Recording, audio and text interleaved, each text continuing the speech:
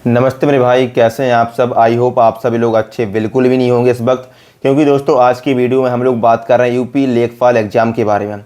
मेरे भाई 21 मई 2026 को आपका यूपी ट्रिपल एससी के द्वारा आपका यूपी लेखपाल का एग्जाम कंडक्ट करवाया जाता है और इसके लिए लगभग आपका 3,66,000 लोग एग्जाम को देते हैं और जो वैकेंसी की संख्या थी वो आपका लगभग 8,000 के समथिंग आपकी वैकेंसी थी।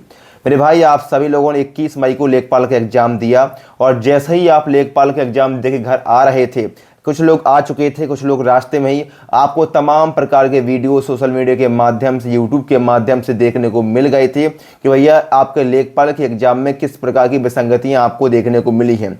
मेरे भाई वो पहले का दौर होता था जहां पर आपका पेपर लीक होता था, लेकिन इस समय आपका पेपर लीक नहीं होता है। इस समय आपका सिस्टम के अंदर जा करके इस समय आपको पेपर में सेटिंग बना करके ही आपका काम होता है, क्योंकि आप लोगों ने तमाम प्रकार के वीडियो देखे होंगे। जहां पर मैं आपको जिक्र करूं मेरे भाई, तो आपका 10 बजे से लेकर आपका 12 बजे तक आपका पेपर कंडक्ट करवाया जा रहा था और जो भी मोस्टली स्टूडेंट होंगे, अगर आप पेपर दे के आ रहे होंगे तो आपका 12 बजे एग्जाम कंप्लीट होता है और लगभग 12:30 बजे तक हम लोग एग्जाम सेंटर से बाहर निकल के आ जाते हैं। लेकिन एक ऐसा सेंटर भी आपके सामने आया लखनऊ का, जहां से लगभग 2:30 बजे 3 बजे स्टूडेंट बाहर आ रहे थे।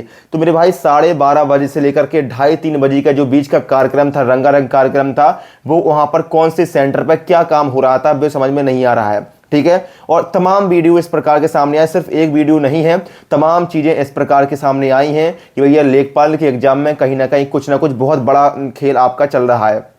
एक सेंटर आपका और था जहां पर एक वीडियो वायरल हुआ, जहां पर एक पुलिसकर्मी था जो अंदर फोन लिए हुए था और अपना पेपर दे रहा था। उसका रोल नंबर वगैरह, रजिस्ट्रेशन नंबर भी आपका वायरल हुआ है। ये सारी चीजें आपको ऑलरेडी आपने 3-4 दिन में बहुत सारी चीजें देख ली हैं। मैं इस वीडियो के माध्यम से आपको ये बात नहीं बता रहा हूँ कि भैया आपका पेपर लीक हुआ है या फिर नहीं हुआ है। इस चीज़ का जवाब आप लोग ऑलरेडी जानते हैं। 3-4 दिन से बराबर आपको तमाम प्रकार के सोशल मीडिया हैंडल से बराबर वीडियो, बराबर आपका न्यूज़पेपर के माध्यम से चीज़ें सामने आ रही हैं। अभी आप देख सकते हैं एक और न्यूज आपकी यहाँ पर आई, तो ये एक को आपके जेल हुई है और एक को आपकी बेल हुई है। अगर भैया आपके पेपर में कोई भी प्रकार की विसंगति नहीं हुई है तो ये जेल क्यों हो रही है और एक को जेल क्यों हुई है, दूसरे को बेल क्यों हुई है? क्या जो दूसरे वाले का था उसका नेटवर्क ज़्यादा मजबूत था, या वो किसी नेता मंत्री या विधायक का बेटा था? उनका बेटा तो नहीं हो, उनका बेटा भैया लेखपाल का पेपर नहीं देगा। लेखपाल का पेपर कौन देते हैं? हम जैसे गरीब मध्यम वर्गीय किसान परिवार के लोग ही लेखपाल के पेपर में देते हैं। लेकिन एक को जेल हो रही है और एक को बेल हो रही है, तो इसका मतलब है कि मोटा पैसा जिसके पहुंचा होगा, जिसको बेल हुई है। ये सारी चीज़ें आप सभी के सामने हैं। लेकिन अब सवाल ये नहीं है कि भैया पेपर लीक हुआ है या फिर पेपर लीक नहीं हुआ है। सिस्टम बिल्कुल खोखला हो चुका है, हर पेपर में आपकी विसंगतियां हो रही हैं और अब ये सवाल ही नहीं है कि पेपर लीक हुआ है। पेपर इतने ज़्यादा लीक होता है लेकिन आयोग मानने को तैयार नहीं है। पेपर भले ही लीक ना हो, पेपर लीक का मतलब ही नहीं होता कि भैया पेपर आपको 2 दिन पहले ही मिल जाए, लेकिन सिस्टम के अंदर जा करके कुछ लोग भैया OMR के गोले खाली छोड़ाते हैं, कुछ लोगों को फ़ोन अलाउ हो जाता है, कुछ लोगों को पूरा का पूरा सेंटर आपका नकल करवा देता है, जिस प्रकार से लखनऊ का सेंटर आपका वायरल होता है। तो ये सारी चीज़ें विसंगतियाँ नहीं है तो क्या है? और मेरे भाई सोशल मीडिया के माध्यम से कह देना कि भैया पेपर लीक नहीं हुआ है या पेपर बहुत आसान था, पेपर बहुत सरल था, ये मेरे भाई बहुत आसान है। लेकिन एक्चुअल कंडीशन में जो लोग 50 डिग्री टेम्परेचर में उस एक पंखे के नीचे जो एग्जाम देता है उसको पता होता है भैया कि पेपर का लेवल कैसा था और पेपर लीक हुआ है या फिर पेपर में कुछ प्रकार की धांधली हुई है या फिर नहीं हुई है। मेरे भाई एक्चुअल स्टूडेंट वही जानता है जो ये सारी चीज़ों से गुजरता है। और मेरे भाई मैं भी यूपी ट्रिपल एससी एग्जाम द्वारा जो आपका लेखपाल का पेपर करवाया गया था उसका पेपर दे के आया था और मेरा एग्जाम तो भैया 10 से 12 बजे के बीच कंडक्ट करवाया गया था। लेकिन जो 2:30 से 3 बजे के बीच जो स्टूडेंट बाहर आ रहे हैं उनका मुझे लॉजिक समझ में नहीं आ रहा है। और यही सारी चीज़ें आपके 3-4 दिन से बराबर वायरल हैं और आप लोगों ने भी देखी होंगी। तो इस बारे में अब जो आयोग से हम लोग सवाल पूछ रहे थे, भैया आयोग इसका जवाब दे, स्पष्टीकरण दे। तो आयोग का जो रटा रटाया बयान था वो आपका आ चुका है। एक आयोग है आपका सूचना एवं जनसंपर्क विभाग, उसका एक ट्वीट आया है आपका एक्स पर, जिसमें एक पूरी रामलीला लिखी हुई है, पूरी कथा लिखी हुई है कि भैया आपका लेखपाल का पेपर था, फलाना फलाना अटेंडेंस हुई है, फलाने फलाने चीज़ें आपकी हुई हैं। और इसका सिर्फ एक ही पूरा निष्कर्ष है, इन्होंने बोला है कि हमने जो लेखपाल का पेपर करवाया है पूरा निष्पक्ष करवाया है, पूरा पारदर्शी करवाया है और 1% भी उसमें धांधली नहीं हुई है, इन्होंने ऐसा बोल दिया है। और जैसे ही सरकार की तरफ से इस प्रकार का ट्वीट आता है, आयोग ने भी आपका रटा रटाया बयान दे दिया है, आप उसका भी देख सकते हैं, पूरा स्पष्टीकरण आ चुका है। इन्होंने वही बोल दिया है कि भैया लेखपाल के पेपर में कोई भी विसंगतियां नहीं हुई हैं, पूरा पेपर बहुत ही सुचारू रूप से, बहुत ही निष्पक्ष, बहुत ही पारदर्शी, पूरी कर्मठ, ईमानदार, लगनशील तरीके से आपका पेपर करवाया गया है, कुछ भी संगतियाँ नहीं हुई है। तो मेरे भाई जो 4 दिन से भी आपके वीडियो वायरल हो रहे हैं वो क्या है? क्या वो एआई के जनरेटेड वीडियो हैं? क्योंकि आजकल सोशल मीडिया पर कुछ भी हो सकता है। अभी आपके एक सपा के नेता थे, मैं नाम नहीं लूंगा, उन्होंने बोल दिया था भैया, उन्होंने माननीय प्रधानमंत्री जी के बारे में 2-4 अपशब्द बोले थे।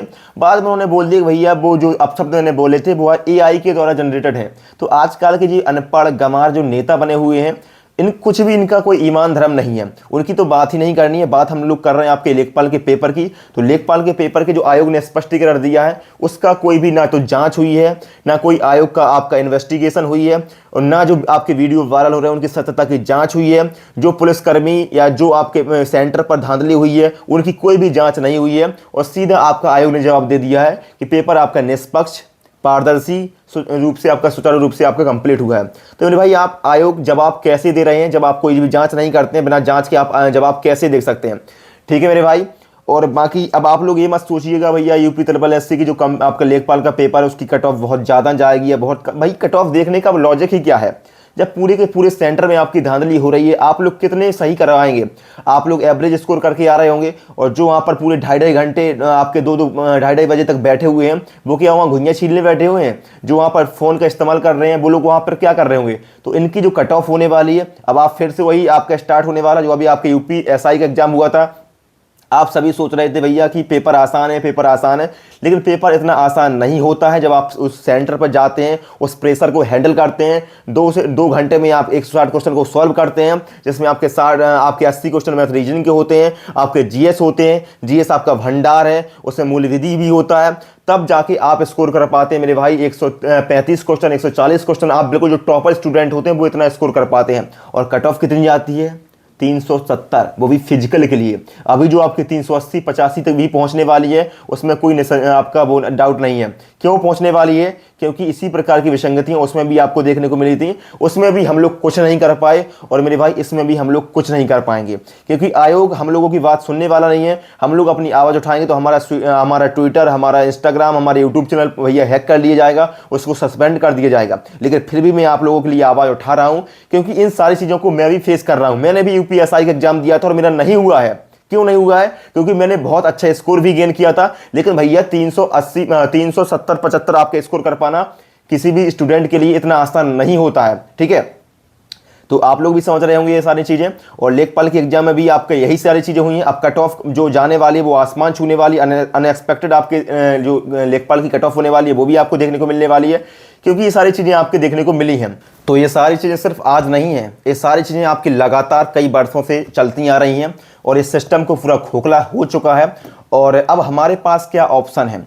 तो मेरे भाई हम अपनी आवाज़ को एक ही तरीके से एक सोशल मीडिया के माध्यम से बुलंद कर सकते हैं। तो उसके लिए हमें ट्विटर पर जाना है, और कल के दिन, कल 25 तारीख है, 25 तारीख को सुबह 10 बजे अब ये चीज़ें आपको बिल्कुल डेली रूटीन में अपना लेनी है, क्योंकि ये सारी चीज़ें आप लोगों की कोई नई नहीं है। पहले आपने पेपर दिया, फिर पेपर लीक हुआ, फिर आपने ट्विटर पर अपने अकाउंट बनाया, आपने ट्विटर पर उसको ट्वीट किया, आपने बड़ी मात्रा में ट्वीट किया, लेकिन ये अंधे काने बहरी लोगों की आवाज़ें आपकी आवाज़ नहीं जाएगी। फिर भी आप लगातार ट्वीट करते रहेंगे, तब इनकी थोड़ी बहुत इनको जून रहेगी और ये जवाब देंगे।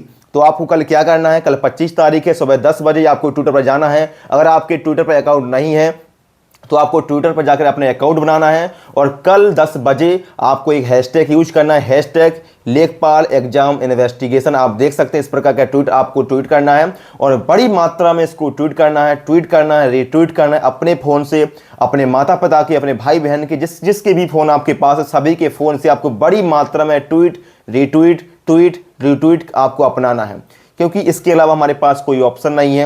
हो सकता है कि आपके इस प्रकार की बड़ी संख्या में ट्वीट करने से थोड़ा बहुत 1% इनके कान में जूं रहेंगी, और जो आपकी वीडियो वायरल हो रहे हैं, जो सेंटर पर आपके वीडियो वायरल हो रहे हैं, उनका इन्वेस्टिगेशन करवाया जाए। अगर इन्वेस्टिगेशन होता है तो फिर री एग्जाम होने की संभावना है, वरना भूल जाइए। जो 8000 वैकेंसीज की संख्या है उनमें लंबी चौड़ी कट ऑफ आपको देखने को मिलेगी, उसमें कोई दोहराई आपको देखने को नहीं मिलेगा।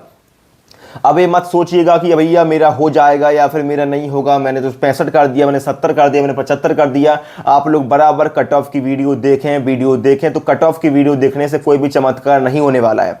जिनका होना था उनका बिल्कुल फिक्स है, जिनका होना है उनका हो जाएगा, आप लोग बैठे ही रहेंगे। ठीक है, अगर आपका स्कोर बहुत शानदार है 85-90 तक अगर आप कराए हैं तो ही आप सुकून से नींद लीजिए। बाकी अगर आप एवरेज स्कोर करके आए हैं, आप अपने जान में बहुत अच्छे स्कोर कराए हैं, तो भी आपका होने के चांस बिल्कुल ना के बराबर हैं, क्योंकि जो चीज़ें आपके सामने हैं वो क्लियर हैं। यूपीएसआई में भी इस प्रकार की चीज़ें हुई थी, लोग 150 क्वेश्चन करके आ रहे थे। जनरल कैटेगरी के मेरे एक भाई है, उसके 150 क्वेश्चन हैं, 150 क्वेश्चन लिटरली मैंने उसके ओएमआर से उसको मिलाया, 150 क्वेश्चन वो सही करके आया 160 में से।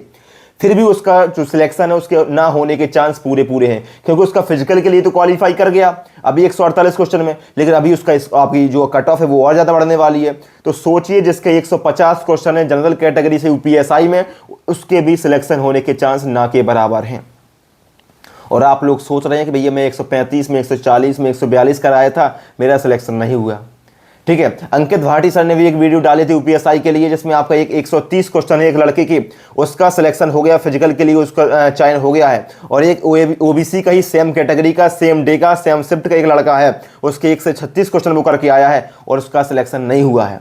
क्यों नहीं हुआ है? क्योंकि नॉर्मलाइजेशन का गेम अच्छा खासा हुआ है उसमें। फिर भी आयोग बताने के लिए तैयार नहीं है। आयोग अपने स्कोर कार्ड जारी नहीं करेगा।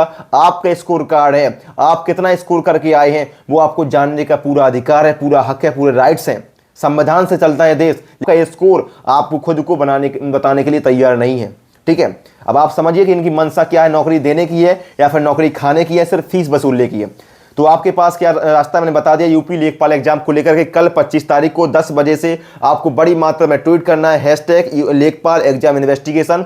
और जितने भी यूपी आपका आयोग है, यूपी SSC आयोग है, आपके योगी जी आदित्यनाथ जी हैं, आपका पीएमओ है, सीएमओ है, इन सारी चीज़ों को आपको टैग करना है और बड़ी मात्रा में आपका ट्वीट रीट्वीट का गेम खेलना है, क्योंकि यही हमारे पास ऑप्शन है। और इस वीडियो को भी आपको वायरल करना है, वीडियो को लाइक करना है, वीडियो को हाइप करना है, वीडियो को सब्सक्राइब करना है, चैनल को सब्सक्राइब करना पहली बार आए हैं, क्योंकि आपका ही सपोर्ट चाहिए। बाकी दूसरे लोग तो बैठे हुए, उनके पास तो पूरी पीआर टीम है, वो वीडियो को गिरा देंगी, चैनल को डिमोटिवेट कर देंगी। हम लोग क्या कर पाएंगे? कुछ नहीं। हमारे पास सिर्फ यूथ है, आप लोग हैं। तो आप लोग बहुत ही कम संख्या में मेरे पास जुड़े हुए हैं, फिर भी मैं अपनी आवाज़ को बुलंद कर रहा हूँ। तो आप लोग जुड़िए, चैनल को सब्सक्राइब करिए, वीडियो को लाइक करिए। आप लोग जितनी ज़्यादा लाइक करेंगे तो वीडियो आगे तक जाएगा। अपने दोस्तों को शेयर करिए, ठीक है, और इस आवाज़ को बुलंद करिए। थैंक यू सो मच मेरे भाई।